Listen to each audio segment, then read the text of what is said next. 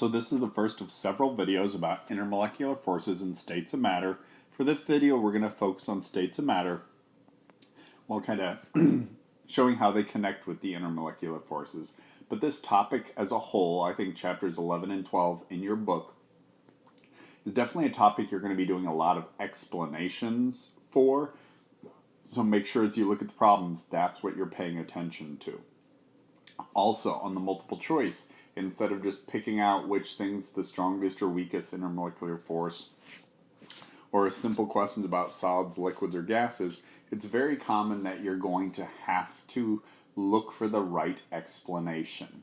So all through these videos, the most important piece, or the most important thing you can be looking for, is understanding the explanation that goes along with each of these things. So first, a quick review of the states of matter, and then in the next videos, we'll get into the intermolecular forces.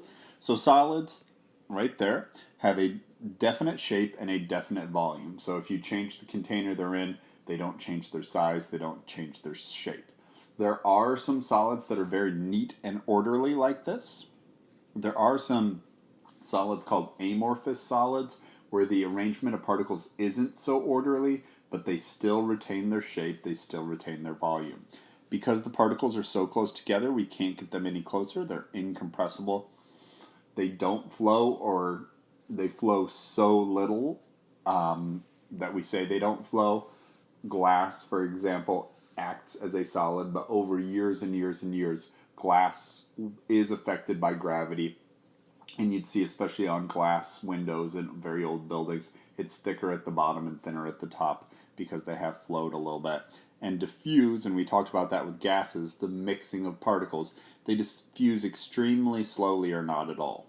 So as we think about what the particles are doing to make that happen, the particles are very, very close together and often orderly.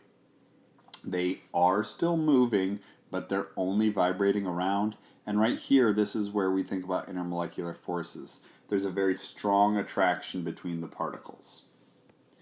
Liquids have a lot of similarities. They have a definite volume, so right there, same idea. But they'll take the shape of their container. They're pretty much incompressible. We can't get these particles significantly closer together.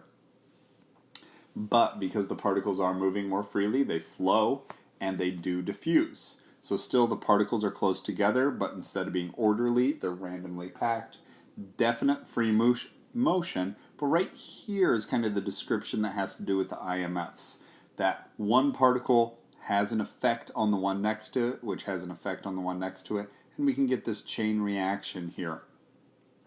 So the attraction, the repulsions, the forces between them is very significant because they're so close together. Gases, which we talked about with chapter 10, with the previous unit here, are very different. They will fill their container, they always take the shape of their container, they'll spread out, and we can also compress them to a smaller container. They flow very easily and they mix rapidly because the particles are far apart, and there is very little attraction. We don't have very much in terms of intermolecular forces. Probably a better picture for gases, because this one is okay but not super accurate, would be if we had that as our container, our particles would not be as big or as close together as we saw there. They'd be very spread out. So the previous picture wasn't great because we still had a lot of particles in a relatively small amount of space. Gases should be mostly empty space. So if this is our container, we've got more empty space here than we have space filled by the particles. That's where the idea of them being freely moving and not interacting with one another comes into play. We can compress them, we can put them into a smaller container, so they are more similar to this picture, but more likely they are like that, very spread out. So that's just a quick refresher. Definitely be ready to see pictures in this unit, whether it's pictures of the different states of matter. There's lots of different graphs that go along with this, or understanding how particles are interacting. And one of the things you'll be looking at is how orderly the particles are, how close the particles are, and how the particles are arranged relative to one another, or interacting with each other? Is there a lot of interaction? Is there little? Or is there some, but not as strong of an attraction?